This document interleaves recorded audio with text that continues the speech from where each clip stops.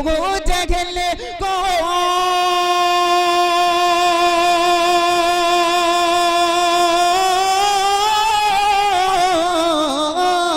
क्या खबर थी वो जगल को मुस्तफा के सामने बेजुबां कर भी खुद कलमा सुनाते जाएंगे। नदामत के मोती के दाने बहुत हैं, तेरे बख्शने के बहाने बहुत हैं। अरे हिसाबात वो ले जिसे कुछ कमी हो, हिसाबात वो ले जिसे कुछ कमी हो। तेरी रहमतों के खजाने बहुत हैं, तेरी रहमतों के खजाने बहुत हैं। नवाजिश करम इनायत। आइए सीधे सीधे मैं चलूं अपने खतीब तक। माशाल्लाह त्रिवेदी साहब की मोहब्बतों को सराखों पे रखते हुए इस वक्त मैं सिर्फ यही कह सकता हूँ, उसके शान में मैं क्या कहूँ। मेरी जबान गुंग हो रही है, अल्फाज मेरा साथ नहीं दे रहे हैं। यही कहूंगा कि कश्ती का पासबान फकत ना खुदा नहीं, कश्ती में बैठने का सलीका भी चाहिए। अदब से आओ, अदब से बैठो, अदब की चाहे ये ऐसी वैसी नहीं है महफिल, ये बस में मुस्तफा है। बाअदब फिर अदब का मकाम आ रहा है, मोहम्मद का फिर एक गुलाम आ रहा है। फिदा जिनकी आवाज पर है जमाना, वही आशिरी कलाम आ रहा है। मेरी मुराद जीवकार मुअज़्ज़िज़ हर दिल अजीज हम सबके करम फरमा। प्रधान जी आदाब। हमारे जी मुफ्ती साहब के बाद में आपके हवाले हमारे जमीयतुल उलमा हिंद लहरपुर के जनरल सेक्रेटरी साहब तमाम सतहों पर काम कर रहे फलाही बहुदगी के लिए हम वक्त तैयार रखते हैं। रात का सन्नाटा हो, दिन का उजाला हो, मुफ्ती साहब हमेशा सरगर्म रहते हैं। तमाम तंजीमों के सरबराह हैं। मैं चाहता हूँ जी हुजूर से गुजारिश करूँ कि जनाबे वाला तशरीफ लाएं और अपने मवाइद हसना से हम सबको महसूस फरमाएं। आली जनाब हजरत मौलाना मुफ्ती हिलाल साहब लहरपुरी दामत बरकात मालिया। बिस्मिल्लाहिर्रहमानिर्रहीम।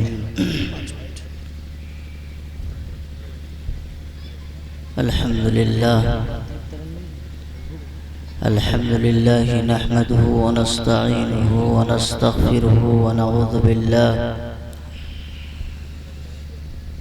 व नऊज़ु बिल्लाहि मिन शुरूरि अनफुसिना व मिन सय्यिआति अमालिना। मन यहदिहिल्लाहु फला मुदिल्ल लहु व मन युद्लिल फला हादिय लहु। व नशहदु अन ला इलाहा इल्लल्लाह व नशहदु अन्न सय्यदना व मौलाना व हबीबना व शफीअना मुहम्मदन सल्लल्लाहु अलैहि वसल्लम। औज़ु बिल्लाहि मिनश शैतानिर रजीम। बिस्मिल्लाहिर रहमानिर रहीम। अला इन्ना औलिया अल्लाहि ला खौफुन अलैहिम व ला हुम यहज़नून। वक़ाल नबी सल्लल्लाहु अलैहि वसल्लम मन अहया बिसुन्नती फ़क़द अहयानी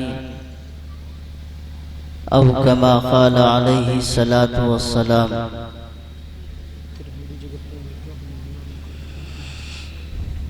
अज़ीज़ान मुहतरम,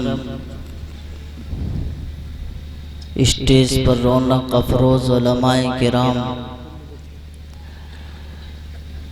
पसे पर्दा बैठी हुई मेरी माओं और बहनों,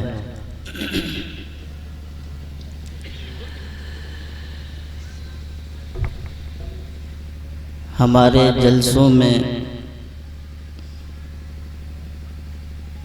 नातें भी होती हैं, तकरीरें भी होती हैं। इन सब का मकसद अपनी इस्लाह।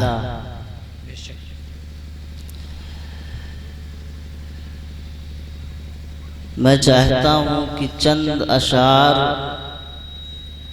सलाम के आपके सामने पेश कर दिए जाएं। जी फिर इंशाअल्लाह गुफ्तगू हो। अता इनायत। हमारे यहाँ आखिर में सलाम न पढ़ना वाजिब है, न फ़र्ज़ न मुस्तहब। सलाम नबी का है। जिस वक्त बंदा अल्लाह के नबी का नाम आता है तो सल्लल्लाह कह कर के दुरूद पूरा कर लेता है, वसल्लम कह कर के सलाम पूरा सुभान अल्लाह। और यही सहाबे किराम को नबी ने सिखाया। अलबत्ता सलाम के लफ्ज़ से जो कलिमात होते हैं उर्दू में अगर पढ़ दिया जाता है तो दिल में नबी की मोहब्बत आ जाती है। हज़रत की मौजूदगी में चंद अशआर पढ़ कर के बात करूँगा। सलाम उस पर कि जिसने बेकसों की दस्तगीरी की। माशाअल्लाह। सलाम उस पर कि जिसने बेकसों की दस्तगीरी की। सलाम उस पर कि जिसने बादशाही में फ़कीरी की। सलाम उस पर कि असरार मोहब्बत जिसने सिखलाए। सलाम उस पर कि असरार मोहब्बत जिसने सिखलाए। सलाम उस पर कि जिसने ज़ख्म खाकर फूल बरसाए। सलाम उस पर कि जिसने ज़ख्म खाकर फूल बरसाए। सलाम उस पर कि जिसने खून के प्यासों को क़बाएं दी। सलाम उस पर कि जिसने खून के प्यासों को क़बाएं दी। सलाम उस पर कि जिसने गालियाँ सुन कर दुआएं दी। सलाम उस पर कि जिसने गालियाँ सुन कर दुआएं दी। सलाम उस पर कि दुश्मन को हयाते जाविदा दे दी। सलाम उस पर कि दुश्मन को हयाते जाविदा दे दी। सलाम उस पर अबू सुफियान को जिसने अमा दे दी। सलाम उस पर कि जिसका जिक्र सारे सहाइफ में। सलाम उस पर कि जिसका जिक्र है सारे सहाइफ में। सलाम उस पर जो मजरूह हुआ बाज़ार ताइफ में। सलाम उस पर कि जिसने बेकसों की दस्तगीरी की। सलाम उस पर कि जिसने बादशाही में फ़कीरी की। एक बार कह दो सल्लल्लाहु अलैहि वसल्लम।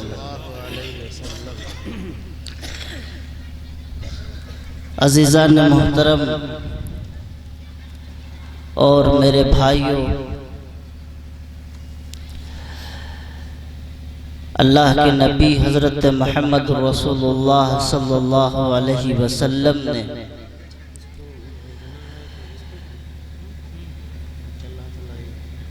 हमें और आपको जो दीन और मज़हब दिया है, ये दीन सिर्फ हमारे लिए नहीं बल्कि पूरे इंसानों के लिए। अल्लाह तबारक व तआला ने अंबिया अलैहिस्सलातु वस्सलाम के बाद जो सिलसिला चालू किया है वो उलमा का, औलिया अल्लाह का है। हमें लोग बहुत शिकायत करते हैं कि हम औलिया अल्लाह को नहीं मानते।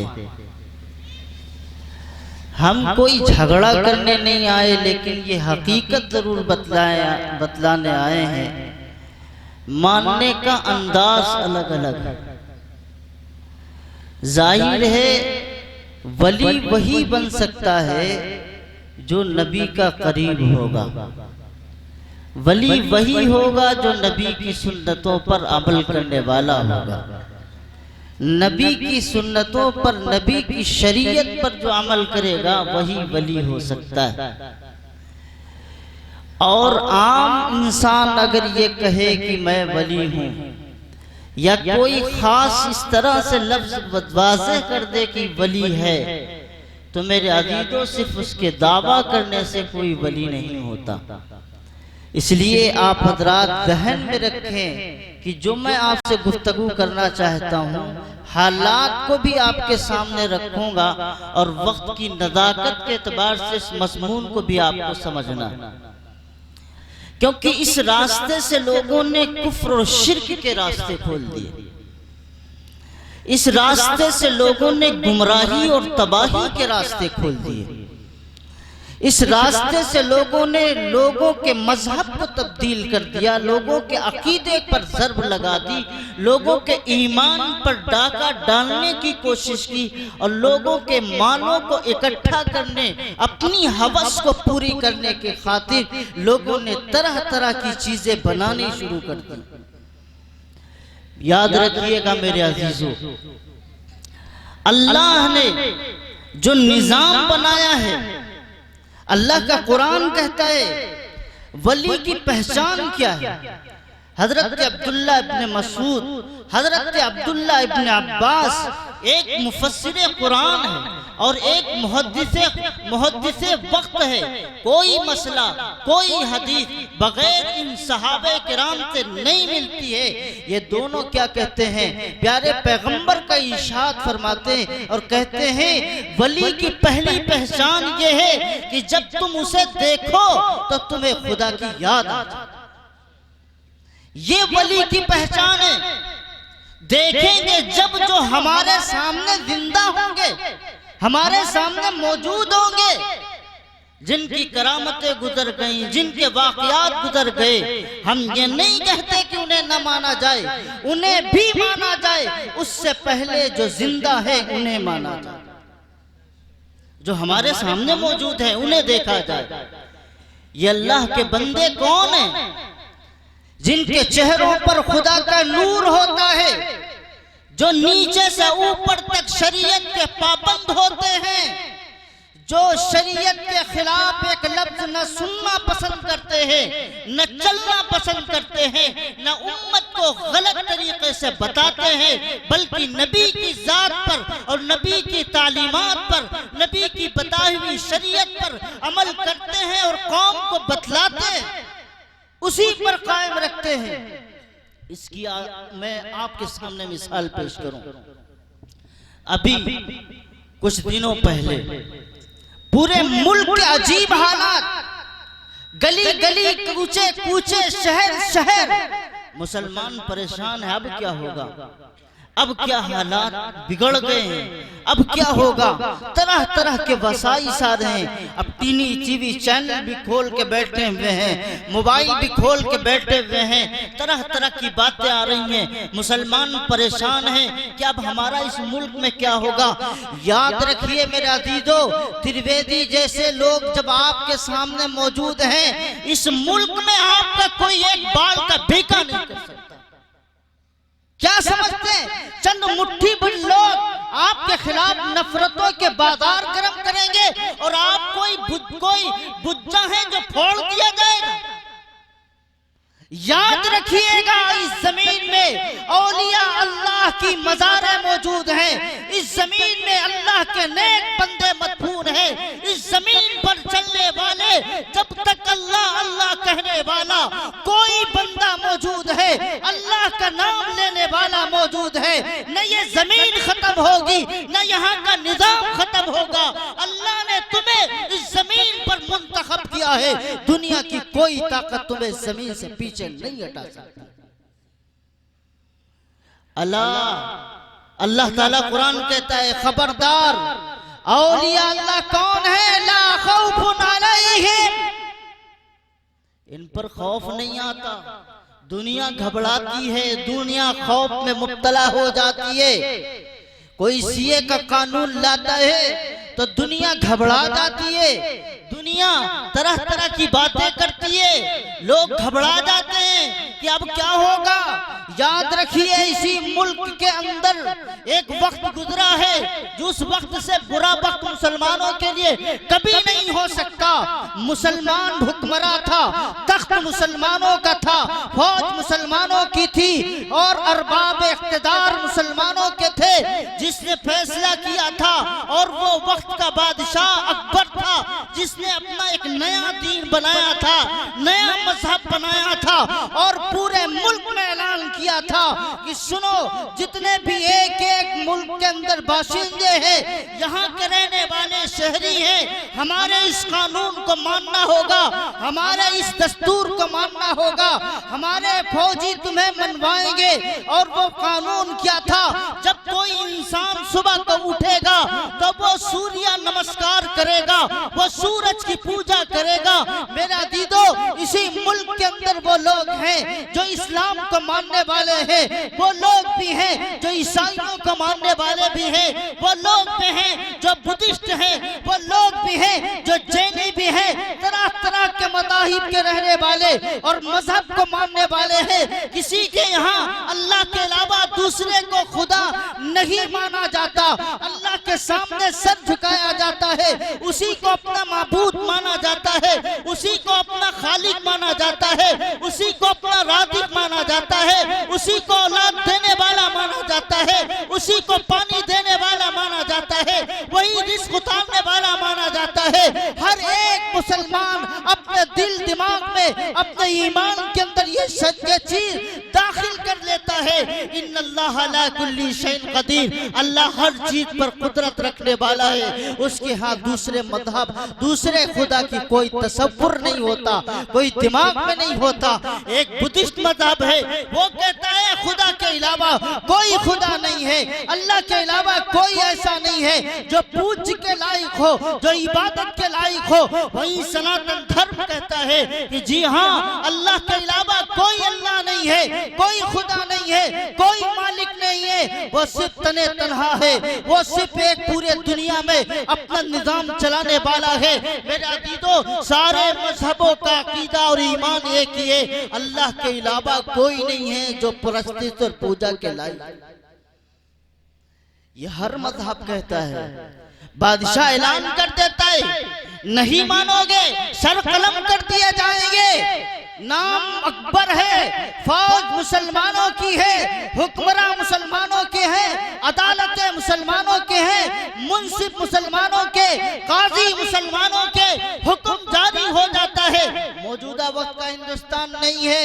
ये जो टुकड़ों में बट के अब इतना मिला है, ये हिंदुस्तान नहीं, बहुत बड़ा हिंदुस्तान था। जब ये हुक्म नाफिज होता है तो मेरे अजीजों, आओ देखो अल्लाह के वली कैसे टकराते हैं, अल्लाह के वली क्या करते हैं। जिन औलिया अल्लाह की तुम बात करते हो, तुम तो सिर्फ कौम को गुमराह करते हो, लोगों को गुमराह करते हो।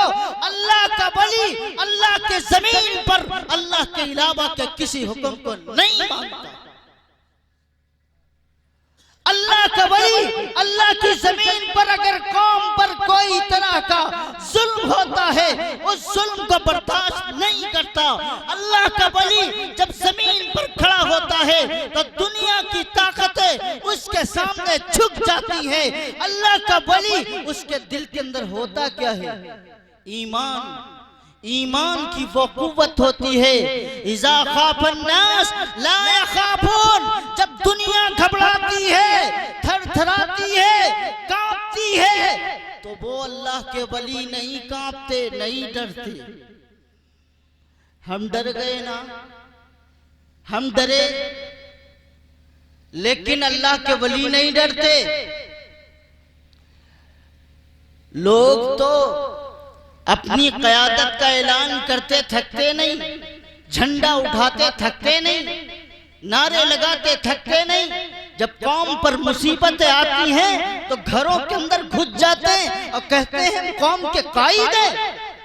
कौम का कायद वो होता है जो कौम के अच्छे हालात में, बुरे हालात में, हर हालात में साथ में खड़ा होता है, वो कौम का कायद होता है।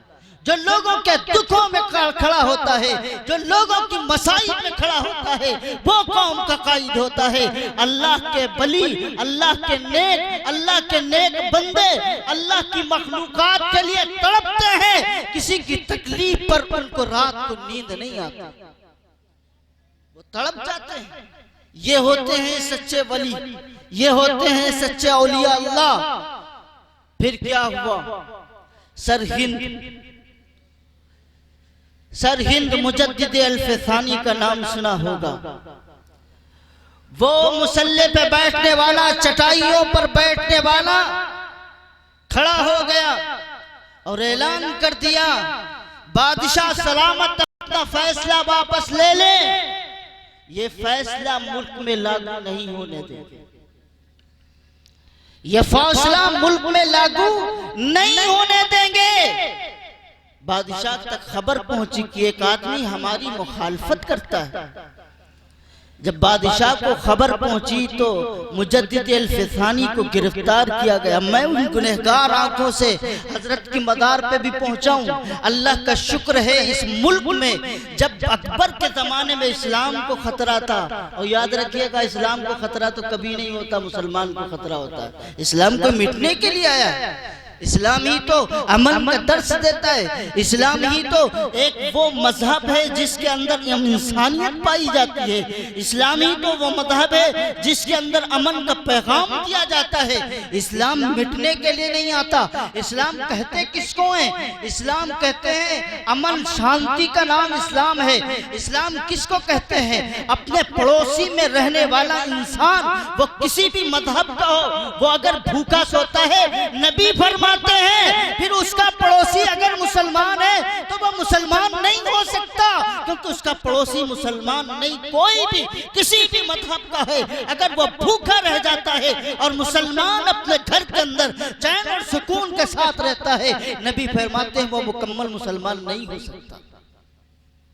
और नबी फरमाते हैं मुसलमान वो भी नहीं जिसके हाथ और पैर से लोगों के, जिसकी जबान से लोगों को तकलीफ, वो मुसलमान हो ही नहीं सकता। मेरे नबी फरमाते, मेरे नबी का ऐलान है। यहाँ पूरी कौम, पूरा हिंदुस्तान परेशान था।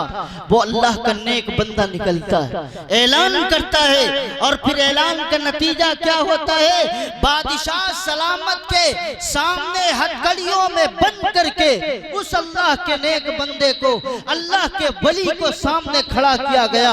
आज मेरे सामने अगर कोई पुलिस वाला आ जाता है, हम कितने ही हक पर हो, कितने ही मसाइल में हक पर खड़े हो, हमारे हमारे पास जिगर नहीं होता, दिल नहीं होता बात करने की। एक वाकया नहीं, हजारों वाकयात मेरे सामने हैं। लोग हक पर होते हैं, हम कहते हैं तुम चलो दावा करो, तुम चलो FIR दर्ज करो। चंद दिन के बाद पता ये चलता है वो अपनी पुरानी पार्टी के साथ जिसके साथ उससे लड़ाई थी और वो नाहक सताता था, उसी से जाकर के समझौता और सुलह कर लिया। याद रखिएगा मेरे भाई, हक बात पर कभी समझौता मत करिएगा, वरना जालिम अगर जुल्म कर रहा है उससे बड़े तुम जालिम हो कि तुमने जालिम को जुल्म करने का मौका दिया। खड़े हो मजबूती के साथ, एतमाद के साथ। ये मुल्क तुम्हारे बाप का, तुम्हारे आबा का, तुम्हारे अजदाद का, तुम्हारे पुरखों का। जितनी कुर्बानियां हमने दी है ना, तारीख गवाह है किसी ने नहीं दी। इख्तियार हमसे छिना था ना। मुसलमान इस मुल्क में हुक्मरान थे तो लड़ेगा कौन? लड़ा तो मुसलमान। 1601 से लेकर के 1857 तक जितनी तारीख बयान की जाती है, तने तहा मुसलमान था, कोई और नहीं था। हमारा खून बहाए, इसके चप्पे चप्पे पर जितना हिस्सा इस मुल्क के वजीर आजम को है, उतना हिस्सा एक इंसान को है, चाहे वो किसी भी मुसलमान हो, चाहे वो हिंदू हो, चाहे वो सिख हो, चाहे वो पादरी हो, किसी भी मजहब का हो, हर एक को उतना ही हिस्सा है जितना इस मुल्क के प्रधानमंत्री को। डरने की जरूरत नहीं है।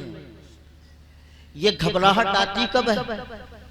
सवाल ये होता है ना, जब ईमान नहीं होता अपने पास, जब ईमान नहीं होता तो घबराहट होती है। अल्लाह की जात तो वो है जो कहफ के अंदर हजारों साल तक इंसानों के ढांचे को रख करके दोबारा जिंदा कर सकता है और लोगों के सामने खड़ा कर सकता है। अल्लाह की जात तो वो है जो पत्थरों के रहने वाले कीड़ों को जिंदा रख सकता है। अल्लाह की जात तो वो है जो समंदर की तहों के अंदर करोड़ों किस्म की मखलूकात को जिंदा रख सकता है। अल्लाह की जात तो वो है, तूफान आते रहते हैं लेकिन परिंदे अपनी उड़ान को बंद नहीं करते, उसके परिंदों के परों के अंदर जुम्बिश तक नहीं आती, जर्रा बराबर उनके परिंदों के परों के अंदर किसी तरह की हरकत नहीं होती। अल्लाह की जात वो है जो जमीन और आसमान की जितनी मखलूकात बनाए हुए हर एक को जिंदगी देता है, हर एक को रोजी देता है। कोई दुनिया का माई का लाल तुमसे लुकमा भी नहीं छीन सकता, तुमसे 1 इंच की जमीन भी नहीं छीन सकता, नहीं छीन सकता। लेकिन कमी कहां है, इसे तलाश जरूर करनी चाहिए। बहरहाल शाह मुहद्दिद दहलवी रहमतुल्लाह अलैह को गिरफ्तार किया गया, हथकड़ियां बंधी हुई हैं। बादशाह अकबर ने कहा एक दरवाजा बनाओ जिसमें ये झुक करके आए ताकि कुछ न कुछ तो अदब हो जाए, क्योंकि बादशाह सलामत का हुक्म था कि दरबार में जो आएगा वो सर झुका के आएगा। देखा नहीं पुरानी मज़ारों में, पुरानी जगहों में बड़े चाहे जितने रोजे बने हों दरवाजे छोटे होते हैं। ये हमारा अमल नहीं है, हमारा सिर, ये सर नहीं, ये सर सिर्फ खुदा के सामने झुकता है, किसी के सामने नहीं। वली हो, नबी हो, किसी के सामने नहीं झुकेगा, सिर्फ अल्लाह के सामने। वली जिंदा हो तो भी, मुर्दा हो तो भी सर नहीं झुकेगा। झुकेगा तो सिर्फ खुदा के सामने और किसी के साथ नहीं झुक सकता। यही तो मर्द है जिसको हमने छोड़ दिया। जरा सी जरूरत पर कितने लोगों के सामने सर झुका देते हो। एक के सामने खुदा को छोड़ करके सब जब अपना सर झुकाते हो, हजारों के सामने तुम्हें सर झुकाना पड़ता। काश कि एक के सामने सर झुकाते तो दुनिया के सामने सर झुकाना नहीं पड़ता। वो अल्लाह का वली था, मामूली नहीं था, अल्लाह का वली था।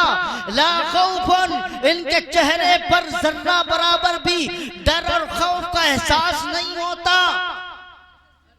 दुनिया गम में मुब्तला हो जाती। वला यहज़नून इज़ा हज़िन अन्नास, हदीस में आता है जब दुनिया गम में मुब्तला होती है, ये नेक बंदे हैं जो एक किस्म का गम भी अपने आप के साथ में नहीं रखते। जिसके पास खौफ न हो, जिसके पास गम न हो, उससे बेहतर जिंदगी किसकी हो सकती है। दुनिया डिप्रेशन का शिकार,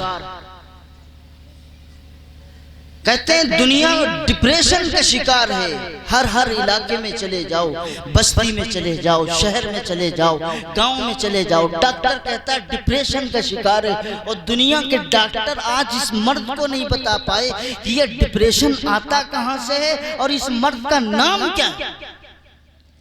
देखना है डिप्रेशन कैसे खत्म होगा। तुम्हारे पास दुनिया की सारी सुल्तनत दे दी जाए और तुम्हारे कदमों में दुनिया की सारी दौलत इकट्ठा कर दी जाए, लेकिन तुम्हारे दिल में इत्मीनान नहीं आ सकता। और जब तक दिल मुतमईन नहीं होगा, दिल के अंदर बशाशत नहीं होगी, तुम डिप्रेशन के शिकार रहोगे।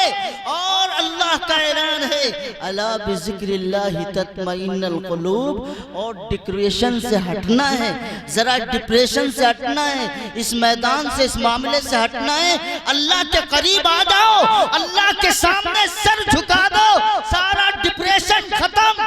5 मर्तबा दिन में वदू कर लो, खुदा की आवाज पर चले जाओ, तुम्हारा डिप्रेशन खत्म है। दिल के मर्द की तमाम सारी वबाएं खत्म है तुम्हारे दिल के अंदर, और जिस्म के अंदर जितनी नसें बिलाक हो चुकी हैं वो खत्म है। अगर तुम्हारे जिस्म के अंदर कोई मर्द आ रहा है तो आओ अल्लाह के घर में सच्चाई के साथ, देखना ला खौफुन अलैहिम वला हुम यहज़नून। तुम्हारे दिल पर और तुम्हारी जात पर किसी का खौफ नहीं रहेगा और तुम्हारी जात पर किसी तरह का गम नहीं रहेगा, और तुम हर हाल में कहोगे बस अल्लाह ही का शुक्र है, उसके अलावा कुछ भी नहीं। इसलिए मेरे भाई, बादशाह सलामत के सामने वक्त का वली और कुतुब जंजीरों में खड़ा है, बेड़ियों में खड़ा है। एक जुमला सुन लीजिएगा, उलमा बैठे। जब मुक्तदा रहनुमा अपने कौम के मसले में, मिल्लत के मसले में दुनिया से समझौते नहीं करते, बेड़ियां हाथ में डाली जाती हैं तो डलवा लेते हैं, जंजीरें पैर में डाली जाती हैं तो डलवा लेते हैं, लेकिन समझौता नहीं करते, तो फिर उस कौम के अंदर जज्बे पैदा होते हैं, उस कौम में शेर पैदा होते हैं, उस कौम के अंदर लोग बहादुर पैदा होते हैं, बुज़दिली का नाम खत्म हो जाता है। माफ करिएगा, मैं बहुत उससे कहता हूँ, आज हम लोग डरते हैं, खौफ करते हैं, जिसका हाल ये हो कि जिसके मुक्तदा खौफ में मुब्तला हो, गम में मुब्तला हो, तो मेरे अजीजों कौम तो और नीचे चली जाएगी। इसलिए उलमा मुक्तदा खड़े हो, हाथों में हथकड़ियां डालना कोई आज का आलम नहीं है। हजरत यूसुफ को जेल के अंदर डाला गया, नहीं डाला गया। हजरत इमाम हम्बल को जेल में डाला गया, नहीं डाला गया। आओ देखो, इब्ने तैमिया को जेल में डाला गया, नहीं डाला गया। वक्त के इमाम है, मुक्तदा है, इल्म के पहाड़ है, जिनके तकवे पर कसम खाई जाती है, जिनके सजदों पर कसम खाई जाती है, जिनकी इबादत पर कसम खाई जाती है, जिनके तहारत पर कसम खाई जाती है, जिनके तकद्दुस पर कसम खाई जाती है। जब वक्त के मुक्तदा सामने टकरा गए, खड़े हो गए और उन्होंने डट के मैदान में मुकाबला किया बातिल का, तो हक का अल्लाह ने बोल बाला। अगर हम डर गए तो दुनिया डर जाए। डर आता ही जब है जब दिल में ईमान होता नहीं। जहां ईमान होता है वहां डर नहीं होता। आता ही डर उसी डर पे है जिसको अल्लाह की जात पर यकीन नहीं होता, जो इस बात पर भी यकीन नहीं करता कि मौत और जिंदगी खुदा के हाथ में, वो डरता है, वो घबराता है। और जिसको इस बात पर यकीन होता है कि वही है जो हमें मौत देगा, वही है जो हमें जिंदा करेगा, तो वह दुनिया के तूफानों के सामने टकरा जाता है। आए हजरत शाह वलीउल्लाह मुहद्दिस दहलवी रहमतुल्लाह अलैह, जिनके चेहरे पर शिकन नहीं, पैरों पर लर्जा नहीं, पैर घबराए नहीं, थरथराए नहीं, खड़े हुए बादशाह के दरबार के सामने जब दरवाजा देखा कि छोटा है, ये अल्लाह के वली जो सरों को किसी और के सामने नहीं झुकाते, जिंदा हो या मुर्दा। कहा ये मसला है कि आज इसने छोटा दरवाजा किया है ताकि किसी न किसी तरह वली वक्त का कुतुब, इतना बड़ा आलिम, इतना बड़ा मुत्तकी परहेजगार जब आए तो सर झुका के आए, ताकि आदाब शहनशाही बाकी रहे, ताकि शहनशाहियत के और दरबार के तमाम उसूल और दाबिते बाकी रहे। शाह साहब रहमतुल्लाह अलैह ने अपना बजाय सर के पहले पैर डाला। क्या डाला? पैर डाला पीछे को होकर के, फिर सीने को, फिर सर को। दरबारियों ने देखा बादशाह सलामत, ये तो बड़ा गुस्ताख है, इसने पहले पैर डाला, बाद में अपने आप को दाखिल किया। बादशाह के सामने जब शिकायत पहुंची तो हजरत ने फरमाया कि हमारी जिंदगी का नुक्ते नजर तो यही है कि हम अल्लाह के अलावा किसी के सामने सजदा नहीं करते। किन वलियों की बात करते हो? वो अल्लाह के वली तो मौजूदा वक्त के बादशाहों के सामने सजदे नहीं करते थे, जिनके सामने फौजें खड़ी थी, अदालतें मौजूद थे, कातिल मौजूद थे, तलवारें लेकर के खड़े हुए तमाम वो लोग थे जो उसी वक्त बादशाह के हुक्म से सर कलम कर देते, लेकिन उन्हें एक मिनट, एक सेकंड के लिए भी बादशाह का खौफ नहीं सताया और उन्होंने अपना पहले पैर दाखिल किया ताकि अल्लाह के सामने, किसी और के सामने ये सर न झुकने पाए। मेरे भाई, जिस दिन आप ये मिजाज बना लेंगे, दुनिया की कोई कुव्वत तुम्हें पछाड़ नहीं सकती, क्योंकि तब हमारा यकीन होगा कायनात का रब वो है जिसने बड़े बड़े ताकतवरों को चंद सेकंडों में सिमटा दिया। दुनिया का रब वो है कि दुनिया कितना ही दावा करे, लेकिन उन दावों में वो खोखले हो जाते हैं। अभी कुछ दिनों पहले अमेरिका का एक बड़ा गायकार मरा, गालिबन उसका नाम जॉनसस करके कुछ था। उस गायकार ने अपने जिस्म की और बॉडी की जो उसने मशीनों के जरिए से और तमाम आलात के जरिए से और तमाम केमिकल वगैरह के जरिए से जो अपने जिस्म के अंदर खाल बनाई थी और जिस्म के लुथड़ों को और जिस्म के गोश्त को मजबूत किया था और जो दवाओं का इस्तेमाल कर रहा था, उसका दावा ये था और साइंस ये दावा कर रही थी कि हमारी उम्र तकरीबन 200 साल तक होगा और चंद दिनों के बाद अल्लाह की तरफ से उसको भी अल्लाह ने बुला लिया। दुनिया की तारीख और दुनिया के डॉक्टर और दुनिया के बड़े बड़े लोग आज भी ये वाक़या चश्मदीद के तौर पर है, जिसने करोड़ों और अरबों रुपये इस बुनियाद पर खर्च कर दिए कि जनाब वाला हमारी जिंदगी बाकी रहे, हम एक लंबी जिंदगी गुजारते रहे, हमारी जिस्म पर जर्रा बराबर भी असर न आया। लेकिन मेरे भाई, जब अल्लाह की तरफ से हुक्म आया 2 मिनट नहीं गुजरे और चला गया। कोई टेक्नोलॉजी और दवाएं काम नहीं आए, डॉक्टरों के सारे तजर्बे चले गए। ये अल्लाह की दात है। जब अल्लाह चाहेगा किसी पर मौत आना तो दुनिया की कोई कुव्वत उसको मौत से बचा नहीं सकती, और किसी को जिंदा रखना है तो दुनिया की कुव्वत कोई मार नहीं सकती। अल्लाह का वली खड़ा है, दरबार में शिकायत हो गई, बादशाह की तरफ से ऐलान हुआ इसे जेल की सलाखों में डाल दो,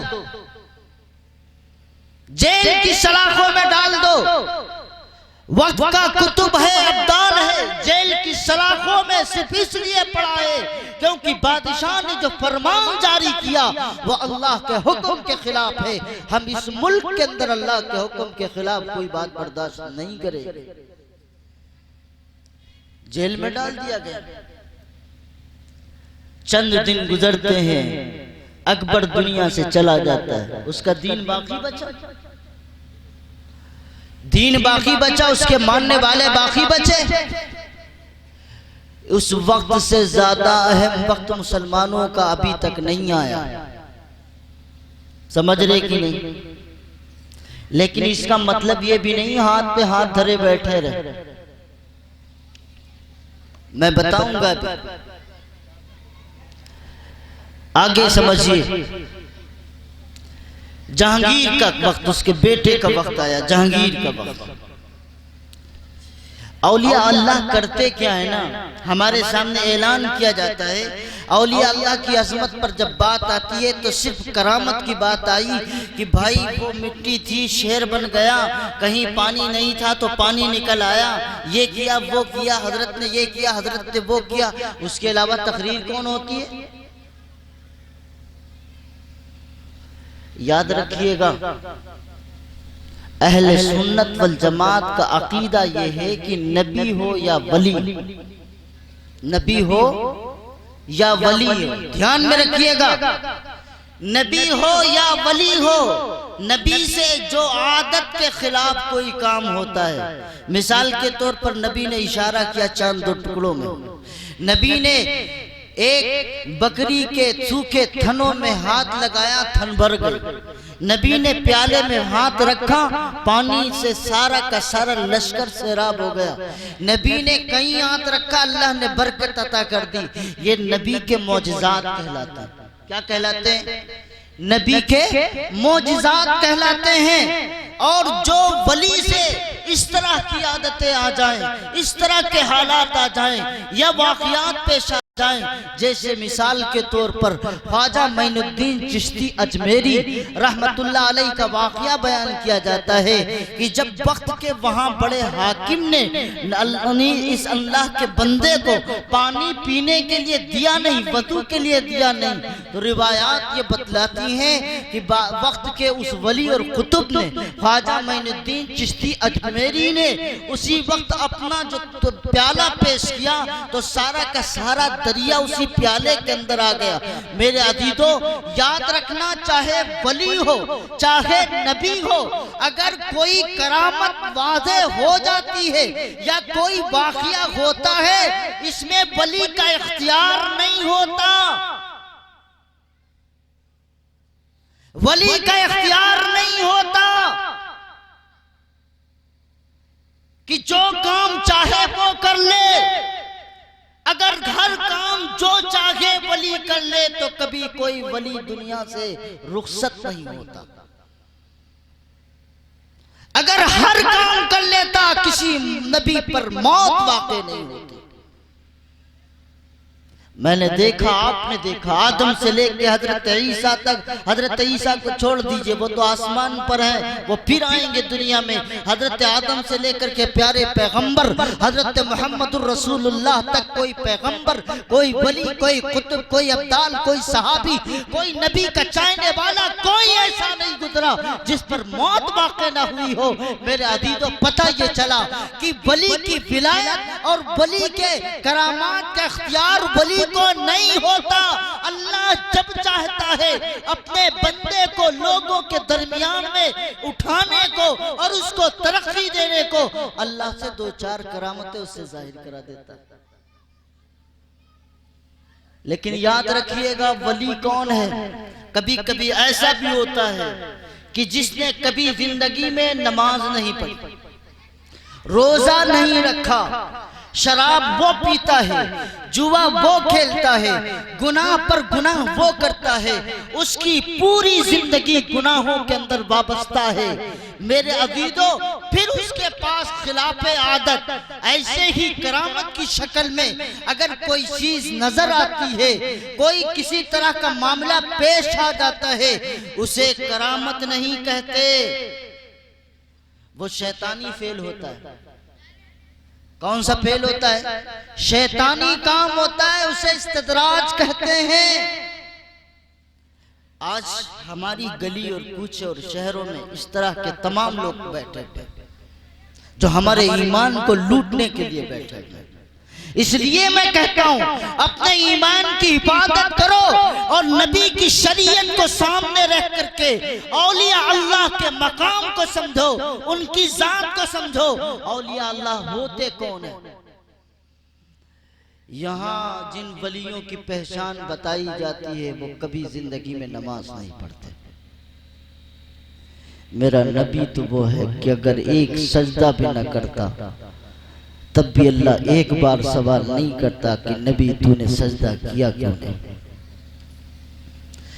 नबी का तो हाल ये है कि रात का अंधेरा, सारी दुनिया सो रही है और प्यारे पैगंबर की बीवी अम्मी जान हजरत आयशा टटोल रही हैं, कहीं नबी दुनिया से रुखसत तो नहीं हो। इतना लंबा सजदा होता था।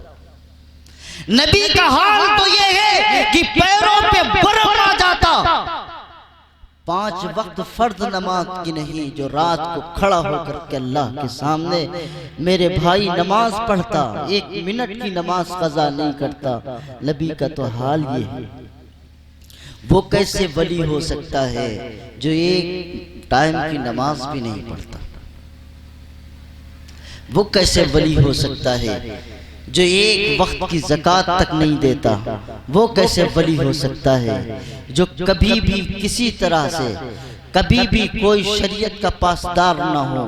वो वली कैसे हो सकता है जो नामहरमों से अपने पैर दबवाता हो? वो वली कैसे हो सकता है जिसके सामने शरई पर्दा हो और वो लोगों के अपनी माँ और बहनों के साथ में पर्दा न करता हो? आप जिसके पास जाए अपने मुरीदन से कहे कि मैं पैर दबाऊं, मेरे पैर दबाओ, मेरी खिदमत करो, जो वो कहे कि मेरे सर में तेल लगाओ, मुझे गुस्ल दो, वो वली कैसे हो सकते हैं?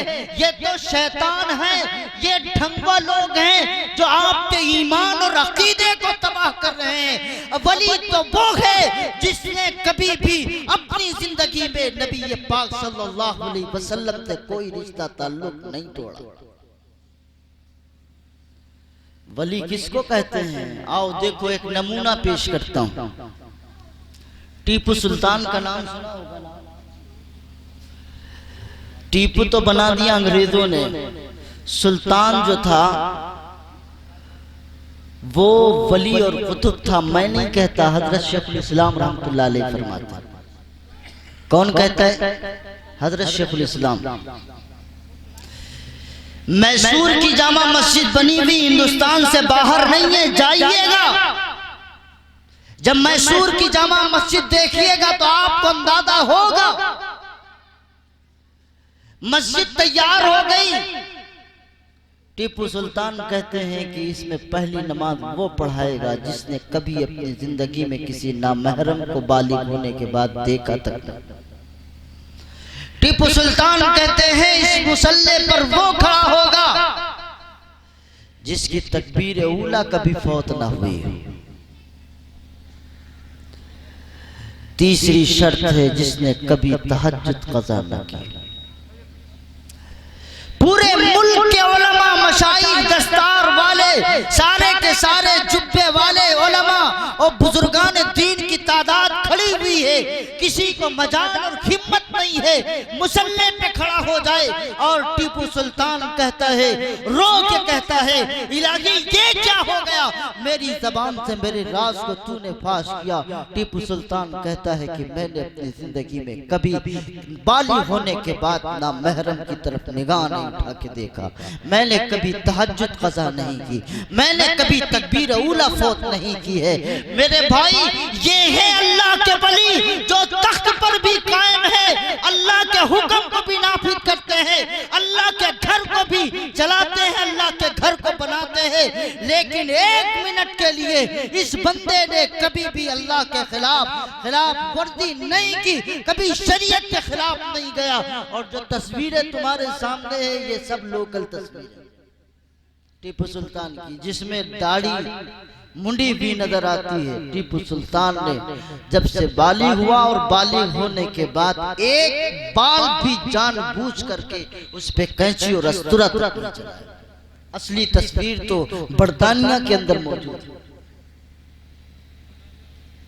ये हमारे मुल्क के बादशाह थे, हाकिम थे, जो वक्त के कुतुब भी थे और हाकिम भी थे, जिनकी हुकूमत दिलों पर चलती थी। वली इन्हें कहते हैं, कुतुब इन्हें कहते हैं कि जिन्होंने एक मिनट के लिए अपनी शरीयत के खिलाफ एक अमल तक नहीं किया, इन्हें कहते हैं वली। वो कैसे वली हो सकते हैं जो गली गली कूचो कूचो में भीख मांगते हैं, जिनके लिबास रोज तब्दील होते रहते हो, जिनके गलों में पंडितों की तरह से बड़े बड़े माले पहने जाते हों। कैसे वली हो सकता है? अगर है तो दिखाओ मुझे कोई ऐसी रिवायत जिसमें पैगंबर सल्लल्लाहु अलैहि वसल्लम ने माले पहने। दिखाओ मुझे कोई ऐसी तस्वीर जिसमें नबी करीम सल्लल्लाहु अलैहि वसल्लम ने जोगियों की तरह कपड़े पहने हों, जिनमें काले नीले पीले और तरह तरह के लिबास पहने हों। दिखाओ ऐसी कोई रिवायत, कहीं कोई शरीयत में नबी की हदीस में ऐसा कुछ नहीं मिलता। नबी सल्लल्लाहु अलैहि वसल्लम सफेद कपड़े को पसंद करते थे और नबी ने फरमाया सफेद कपड़ा रहमत की दुआएं करता है, रहमत की दुआएं करता है। ये पेट पालने वाले लोग असली वली नहीं है। असली वली तो वो है जो शरीयत के खिलाफ एक मिनट भी कोई काम बर्दाश्त नहीं करता। समझ गए कि नहीं? ओ भाई मेरे, तो इसलिए ध्यान रखो वली बनता कैसे है, ये भी तो मसला है ना। अभी तक तो वली की बात चले आ रहे हैं ना सुनते हुए, वली बनता कैसे? बनोगे वली? अरे बोलो भाई, करा क्यों? बिल्कुल करा नहीं है। अल्लाह की रहमत हक बहाना मीजोयत, अल्लाह की रहमत तो बहाने तलाश करती है। नियत करो बने को क्यों नहीं? ओ भाई नबूवत का दरवाजा बंद हो गया ना, नबी के आने का, वलियों का दरवाजा थोड़ी बंद हुआ। बनोगे कैसे? पहली शर्त कूनू माअस सादिकीन, नेक लोगों के साथ रहोगे तो नेक बन जाओगे। किसके साथ रहोगे? अल्लाह के वलियों के साथ रहोगे तो अल्लाह के वली नहीं बनोगे, नहीं बनोगे अल्लाह के वली। जब रिश्ता तलाश करने जाते हो तो लड़के के बारे में सवालात लड़के से नहीं उसके दोस्त से क्यों करते हो? उसके दोस्त उसके उठक बैठक वालों से क्यों करते हो? इसलिए तो करते हो कि जितना ये वाकिफ होगा कोई नहीं वाकिफ होगा। ओ भाई किसी वली के साथ में रहोगे ना तो विलायत के तमाम दर्जात मालूम हो जाएंगे। दोस्ती करना है तो उनसे करो जो अल्लाह के वली। पहचान क्या है? मुफ्ती का फतवा नहीं, दारुल देवबंद का और आला हजरत बरेली शरीफ का फतवा नहीं है, मेरे नबी का फतवा है। जब तुम उनको देखो तो खुदा की याद आ जाए। चेहरे पर नकाहत ना हो, चेहरे पर फटकार ना हो, चेहरे पर खुदा का नूर आता हो, देखकर खुदा याद आ जाता हो वो खुदा का वली होगा। और अलामतें क्या बताई? कुरान कहता है, हदीस कहती है, कोई मसला हो डरते नहीं। वला यखाफून इज़ा खाफन नास, जब दुनिया घबराती थरथराती है, ओ भाई सीए का अब तो हमारा सब कुछ छिन जाएगा, जमीन चली जाएगी, मकान चले जाएंगे, गली गली कूचे कूचे में मुसलमान और सब नीचे से ऊपर तक परेशान है। अब क्या होगा? हमारी मस्जिदों का क्या होगा? हमारा इसका क्या होगा? तुम खाली जबान से कहते हो, जिस दिन अमल पे आ जाओ, अल्लाह के घरों को आबाद कर दो, खुदा की कसम इस धरती का कोई हिस्सा बाकी नहीं बचेगा जहां अल्लाह ताला इस जमीन को आबाद। बैठ करके घर से बाहर कहते हो अब क्या होगा? अल्लाह के बागी बन करके कहते हो अब क्या होगा? प्रधान से बगावत करते हो, जेल चले जाओगे। प्रधान से बगावत करोगे, थाने चले जाओगे, मार दिए जाओगे। डर सताता है। अल्लाह से बगावत करने के बाद डर नहीं आता। क्यों नहीं आता हमें डर? क्यों हमारी आंखें नहीं खुलती? हुकूमत की तरफ से ऐलान करने वाला आता है, सब सुनते हैं। क्या ऐलान होता है? खबरें चलती हैं, सब सुनते हैं। अल्लाह की अजान और मुअज्जिन की पुकार नहीं सुनाई देती हमको। दुनिया कहे कहा करे, लेकिन याद रखिएगा, जिंदगी भर में जब तक जिंदा हो उस वक्त तक जिंदगी में 5 वक्त पर हर मर्तबा दिन और रात में मुअज्जिन एक पुकार देता है, हय्या अलल फलाह। और दुनिया वालों कामयाबी चाहते हो, आओ अल्लाह के घर की तरफ। और दुनिया वालों अपने रिज़्क में तरक्की चाहते हो, आओ अल्लाह के घर की तरफ। अगर सुकून चाहते हो, हय्या अलल फलाह, आओ कामयाबी की तरफ। और दुनिया ने देखा नहीं, जिन्हें चलना नहीं आता था, जिन्हें ऊंट चराना नहीं आता था, उन्हें अल्लाह ने पूरी दुनिया की हुकूमत उनके हाथों में कर दी। नहीं देखा आपने? उठाओ सहाबा की तारीख, सीरत उठाओ, देखो ये दुनिया जो हुकूमत कर रही है ना इस वक्त, ये सहाबा ने करके दिखाई है, इसलिए दुनिया हुकूमत कर रही है। मेरे पैगंबर ने करके दिखाया। करके तो देखो, खुदा के दरबार में जुड़ के तो देखो। खुदा की कसम पूरी दुनिया में तुम फिर राज करो। तुम बनाए ही इसीलिए गए थे, आज तुम गुलामी कर रहे हो। गुलामी, जब तुम अल्लाह के गुलाम नहीं बन सके तो दुनिया के सामने गुलाम बन। इसलिए मेरे भाई कान खोल के सुनो, वली बनता कैसे? बनता कैसे है? सवाल तो ये है ना। नबी की सुन्नत पर अमल कर से वली बनता। जिसने एक भी सुन्नत छोड़ी ना और सुन्नत के खिलाफ जानबूझ के किया, वो वली नहीं हो सकता। समझ रहे कि नहीं? वली कैसे बन जाता है? अल्लाह ताला की रहमत तो बड़ी वसी है। कब चाहे, कैसे चाहे, किस तरह चाहे, कैसे बंदे को माफ कर दे और वलियों के सब में शामिल कर दे, किसी को अंदाजा नहीं। एक बुजुर्ग गुजरे हैं, वक्त के बड़े बादशाह थे, बहुत बड़े।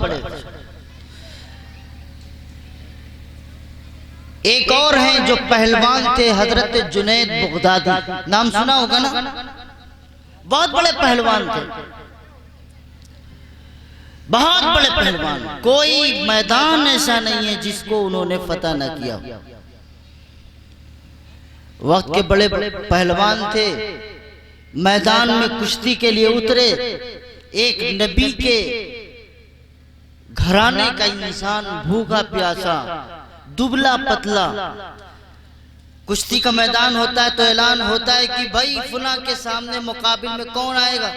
आपने सुना नहीं है? जुनैद बगदादी खड़े हुए मैदान में, ऐलान हो रहा है जुनैद बगदादी का मुकाबला कौन करेगा। एक आदमी दुबला पतला आता है, और जुनैद बगदादी के पास आता है और कहता है मुझे तो पहलवानी के गुर भी नहीं आते, मैं तो जानता भी नहीं पहलवानी किसको कहते हैं, लेकिन आज इस मैदान में आया हूँ सिर्फ एक बात करने के लिए। कान में कहता है कि 3 दिन हो गए हैं मेरे घर में फाका हो चुका है, हम नबी के घर वाले हैं, हम ज़कात भी नहीं ले सकते और किसी के सामने हाथ फैलाएं तो ये हमारे नबी के खानदान के शान के खिलाफ।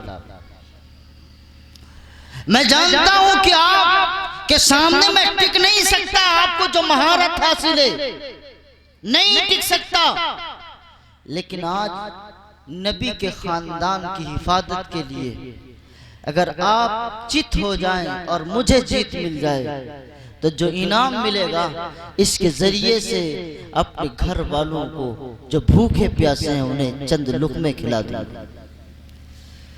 जुनैद बगदादी को भी अल्लाह विलायत के दर्जे में पहुंचाना चाहता था। कहां वक्त का पहलवान था और कहां मैदान में बात हो रही है। जुनैद बगदादी कहता है इससे बेहतर ही सौदा कौन सा है।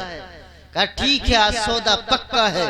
और जब मेरे भाई मैदान में कुश्ती शुरू हुई तो दुनिया दंग है कि जुनैद बगदादी जिसने अपना लोहा मनवा दिया और आज मैदान में चित है और एक कमजोर नहीं भी इंसान वो उसके ऊपर सवार है। मसला समझ में नहीं आया, फिर दोबारा कहा गया, फिर जुनैद बगदादी इसी तरह गिर जाते हैं और वो ऊपर से सवार हो जाता है। बहुत सारा इनाम उस आदमी को मिलता है और मिलने के बाद घर जाता है। घर जाने के बाद सारा सामान इंतजाम करता है, घर वालों को खिलाता है। रात को प्यारे पैगम्बर जनाब मोहम्मदुर रसूलुल्लाह सल्लल्लाहु अलैहि वसल्लम हजरत जुनैद बगदादी के ख्वाब में आते हैं और कहते हैं कि जुनैद बगदादी आज तूने इज्जत भी मेरे लिए कुर्बान कर दी और माल भी मेरे लिए कुर्बान कर दी। आज इज्जत भी मेरे लिए कुर्बान कर दी, माल भी मेरे लिए कुर्बान कर दी। जुनैद बगदादी खुशखबरी हो तुम्हें वलियों की फहरिस्त में अल्लाह ने शुमार कर दिया। बताओ मेरे भाई, लोग कहते हैं वली बनना मुश्किल है। मुश्किल कहां है?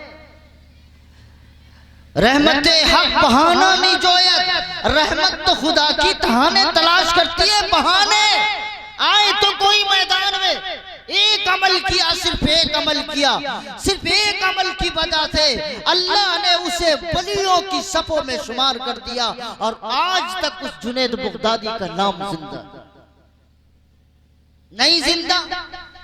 तो इसलिए मेरे भाई और बुजुर्गों दोस्तों याद रखिएगा, वली बनना है तो शरीयत पर अमल करना होगा, नबी की सुन्नतों पर अमल करना होगा। हम कैसे अमल करते हैं? मेरा टाइम पूरा होगा तो बता दो। कैसे अमल करते हैं? कार्ड पे लिखाएंगे अन्निकाहु मिन सुन्नती उलमा। बैठे बुरा न माने में कहता हूँ, कोई लिखाता है वलीमा मसनूना। क्या लिखाता है भाई? दुनिया जानती है वलीमा भी सुन्नत है, निकाह भी। बारात बोलो ना भाई। लड़की वाले कहते हैं क्या हमारे घर में जनाजा लेके आओगे? 15 आदमी लाओगे, 10 आदमी लाओगे, हमारी नाक कटेगी। जुनैद बगदादी बनने के लिए इज्जतें देनी पड़ती हैं, माल कुर्बान करना पड़ता है, जिंदगी भर का कमाया 1 मिनट के अंदर दफन कर। तो वली नहीं बन पाएंगे। वली ऐसे ही नहीं बन पाओगे जब तक मोहम्मदुर रसूलुल्लाह की सुन्नत पर अपने आप को कुर्बान नहीं करोगे। दुनिया इधर से उधर हो जाए, अल्लाह की शरीयत के खिलाफ तुम अगर खड़े हो जाओ, ये कहो कि हम शरीयत के खिलाफ एक अमल नहीं करेंगे, तो मेरे अजीजों अल्लाह इज्जत भी देगा, वकार भी देगा। ये किसने कह दिया है बारात आएगी तो इज्जत होगी, बारात जाएगी तो इज्जत होगी? नहीं, व तुइज़्ज़ु मन तशा व तुज़िल्लु मन तशा। जिल्लत और इज्जत खुदा के हाथ में। और फिर इतना ही नहीं, दुनिया न्योता करती है तो मुसलमान भी न्योता करते हैं। पढ़े लिखे बैठे हुए कान खोल के सुन लो, न्योता किसी हालत में ठीक नहीं है। मुझे बताओ, अगर कोई आदमी किसी लड़की को एक बर्तन देता है, एक भगोना देता है, तो नियत क्या करता है? देख की। अलमारी देगा तो एक कमरे की नियत करेगा, चम्मच देगा तो बड़ा वाला चम्मच की नियत करेगा। दिया क्यों आपने? नियत आपकी क्या है? मिलेगा ना डबल। नहीं दिया तो उसकी पुश्तें जितनी गुजरी होंगी उतनी गालियां आप खड़े होकर दे। मुझे बताओ, उलमा बैठे हैं, अगर इसकी हैसियत कर्ज की है कि हमने बतौर कर्ज दिया है कि ये हमको वापस करेगा जब हमारे यहाँ लड़की या लड़के की शादी होगी, बात समझ लीजिएगा कान खोल के। बाद में ना बताइएगा कि हाँ क्या बता गए, हमारी समझ में नहीं आया।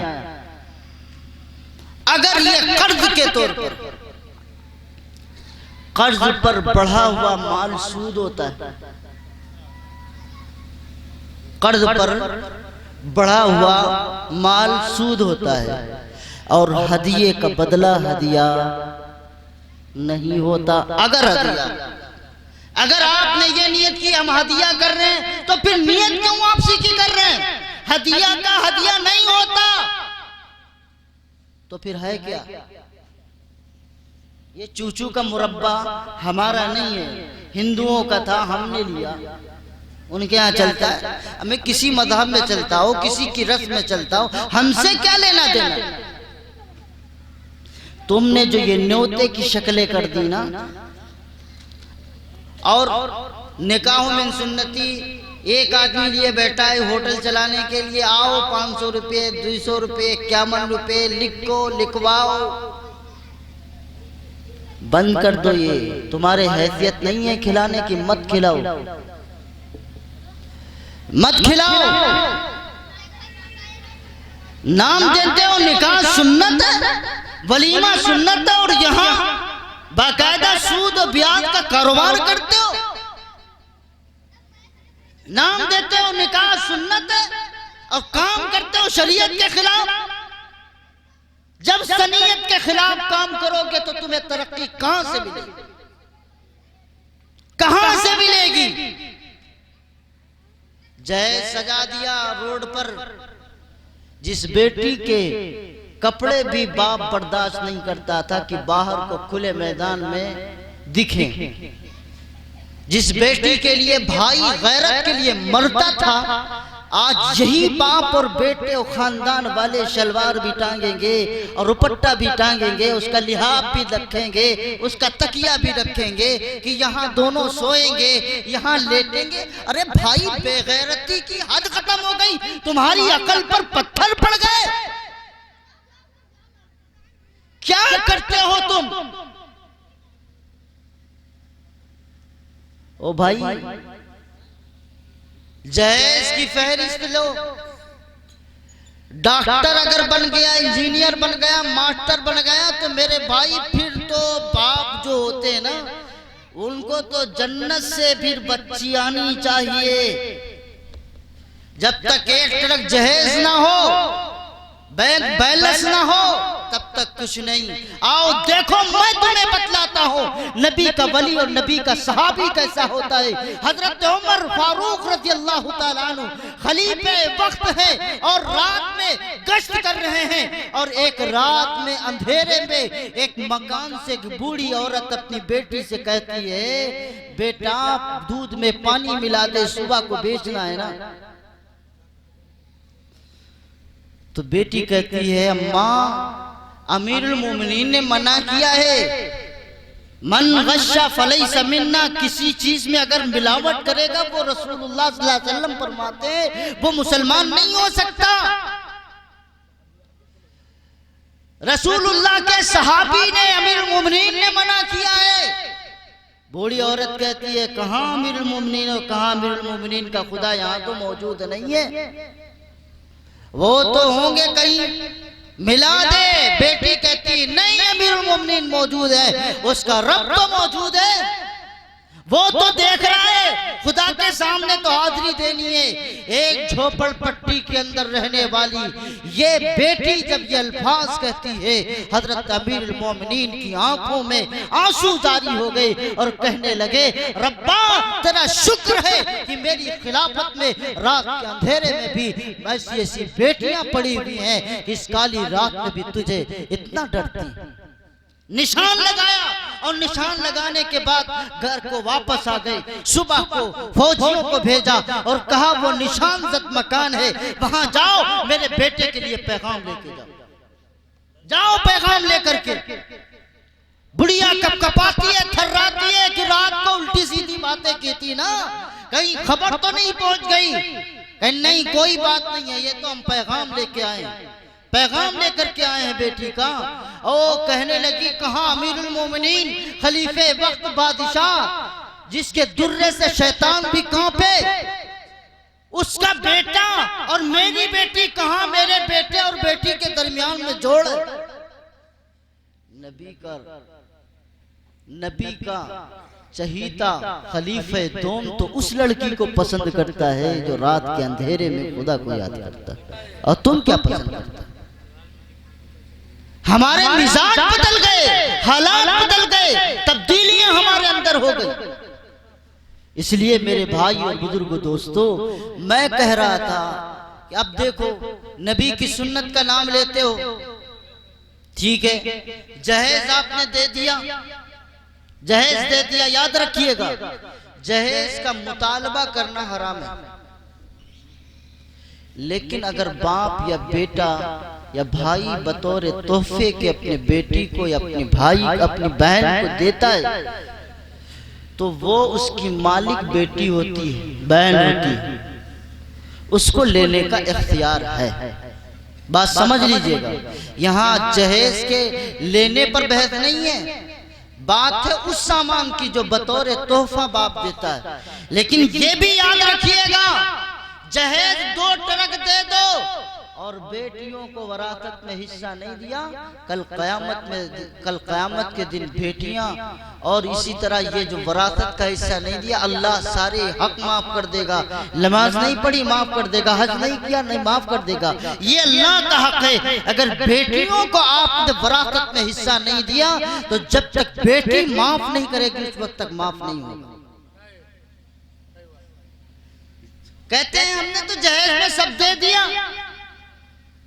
हमने बेटी का हिस्सा। अच्छा, बेटी का हिस्सा दे दिया तुमने?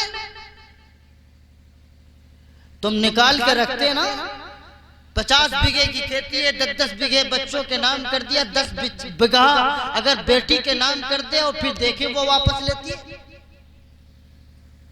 देखे ना, जब तक बाप जिंदा है उस वक्त जितना हिस्सा बच्चों का होगा उतना ही बच्चियों का होगा। वरासत चलती है बाप के मरने के बाद। बाप अगर जिंदा है तो जितने बेटों को आप देंगे उतना बेटियों को देंगे। मरने के बाद आधा बच्चियों को मिलता है। 1 रुपया अगर बच्चे को मिलेगा तो 8 आने बच्ची को मिलेगा। ये बाप के मरने के बाद। जहेज दे दो, लेकिन अगर वरासत में हिस्सा नहीं दिया, 2 चीजें याद रखिएगा, एक महर और दूसरा वरासत। महर सिर्फ औरत के ये कह देने से कि हमने माफ किया माफ नहीं होगा। सुन लीजिए कान खोल करके, औरत ने कह दिया हमने माफ कर दिया, माफ नहीं होगा जब तक आप उसके हाथ में उस महर को सपुर्द नहीं करेंगे। अब आपको जब सपुर्द कर दिया, अब उस बीवी ने आपको वापस कर दिया, तब माफ होगा। ऐसे ही वरासत जब तक के बच्ची के हिस्से में उसके इख्तियार में नहीं जाएगा, सिर्फ भैया के जबान से कहने से बहन जी माफ कर दो, माफ नहीं होने वाला। देखो देखते हैं कितनी बहनें वापस करती हैं, तजर्बा करके देखो। इसलिए मेरे भाई, मैंने आखिर में कहा था कि वली कैसे बनोगे, तो सुन्नत कौन सी? चीज है जिससे बनेंगे सुन्नत। सुन्नत पे अमल करो। जरूरी नहीं है एक ही दिन में सारी सुन्नतों पे अमल करोगे। अब आप जाएंगे तो एक सुन्नत पे अमल करिएगा। कौन सी सुन्नत? आखिर में बता दूं, अल्लाह के नबी ने फरमाया अफश सलाम बैनकुम, आपस में जो नफरतें पैदा हुई ना, सलाम बंद हो गए, नफरतें पैदा हो गई। घर में जाओ तो कदम रखो, पढ़ो अस्सलाम वालेकुम। ये सिर्फ सलाम नहीं है। लोग समझते हैं बीवियों को सलाम करेंगे, अपनी औलादों को सलाम करेंगे, अपने बच्चों को सलाम करेंगे। मोहम्मदुर रसूलुल्लाह तो सारी कायनात के सरदार हैं, रास्ते में बच्चों को सलाम करते हैं रसूलुल्लाह। तुम उनसे बड़े हो गए। नबी जब अपनी बीवियों के पास जाते तो सलाम करते, तुम उनसे बड़े हो गए हो। घर में जाओ, दरवाजे पे कदम रखो, अस्सलाम वालेकुम व रहमतुल्लाह। मतलब क्या है? ये सिर्फ सलाम नहीं है, ये दुआ है कि तुम घर वालों, जितने बच्चे, बूढ़े, जवान, जितने भी रहते हो, तुम पर सलामती हो, अमन हो। जब तुम ये रिवाज डालोगे, आपस में मोहब्बत होगी, घरों की मुसीबतें खत्म हो जाएगी। जब कोई मिले तो सलाम करो, ये पहली सुन्नत है। तरीका क्या है? थोड़ा मसला समझ लें। हम लोग शिकायत बहुत करते हैं, मौली साहब गुजर गए, सलाम नहीं किया। 3 आदमी बैठे हुक्का पी रहे, गांव का माहौल ज्यादा होता है, गांव के माहौल के एतबार से बता रहा हूँ। 5 आदमी हुक्का पी रहे हैं और मौली साहब गुजर गए। बड़े यार मुतकब्बिर हैं, बड़े मगरूर हैं यार, सलाम तक नहीं किया। जब तुम आपस में बैठ के बात करोगे तो किसी के लिए ये बेहतर भी नहीं, बल्कि उलमा ने लिखा है उसके लिए गलत है अगर वो सलाम करे। क्योंकि अगर वो सलाम करेगा किसी को सुनाई नहीं देगा जो आपस में बैठे हुए हैं। इस सलाम का जवाब देना वाजिब होता है, इसलिए इस मौके पर सलाम ना करें। कोई आदमी किसी काम में मशगूल है, सलाम ना करिए, काम से बाहर निकल आए तब सलाम करिए। ये तरीका है। ठोक देते हो फतवा, मालूम नहीं करते मसला क्या। मौली साहब मुतकब्बिर हो गए, फिर तुम्हें क्या हो गया तो तुम्हें सलाम कर लेते। अब एक आदमी आए मजलिस में, सलाम वालेकुम, एक आदमी से मुसाफा किया, बैठ गए। मौली साहब थे, उन्हें मसला पता था कि एक आदमी से सलाम कर लो, पूरे मजमे में काफी है। अभी दूसरे साहब बैठे थे, हाजी साहब, अभी थोड़ा दीन से ताल्लुक लगा था, नया नया चढ़ा था, फतवा जारी कर दिया। वो मौलवी कैसा है कि इसने एक आदमी से मुसाफा कर लिया कि हम लोग मुनाफिक को काफिर थे, नऊजुबिल्लाह। वो मसला तो समझ। मजलिस में मुसाफा और सलाम किया, तरीका क्या है, मसला क्या है? मस्जिद में आए, अजान का जवाब नहीं, अजान का जवाब नहीं, इकामत का जवाब नहीं। मस्जिद में आए, कदम रखा, न ये पता है कि मस्जिद में दाहिना पैर दाखिल किया जाए, कौन सी दुआ की जाए, क्या नियत किया जाए, कुछ मसला मालूम नहीं। और एक बात याद आ गई, बस अस्सलाम वालेकुम। अब कोई आदमी नमाज पढ़ रहा है, उसको अगर उस जवाब का जवाब दे दिया उसने ना, तो उसकी नमाज चली जाएगी। किसने बताया मस्जिद में जाकर के सलाम करो? नबी ने तो ये बताया था, जब दाखिल होना तो दाहिना पैर बिस्मिल्लाह पढ़ना, दाहिना पैर दुरूद पढ़ना, इत्काफ की नियत करना, दुआ पढ़ना, ये नबी ने बताया। ये थोड़ी बताया अस्सलाम वालेकुम। जहाँ जो मौका है उसे एतबार से करो। अब जब यहाँ मोहसिन साहब इकामत पढ़ने लगे और कहा कि हाई अशहदु अन्ना मुहम्मदुर रसूलुल्लाह, अशहदु अन्ना मुहम्मदुर रसूलुल्लाह, तो ये बहुत तेजी के साथ कहते हैं सल्लल्लाहु अलैहि वसल्लम। और भाई इस वक्त दुरूद का मौका ही नहीं है। अल्लाह के नबी ने तो शरीयत में ये बतलाया, जब इकामत कही जाए तो इकामत ही तुम पढ़ो। हय्या अला सलाह अल फलाह जब कहा जाए तो वहां ला हौला वला कुव्वता इल्ला बिल्लाह पढ़ो। यही अजान में है और यही इकामत में है।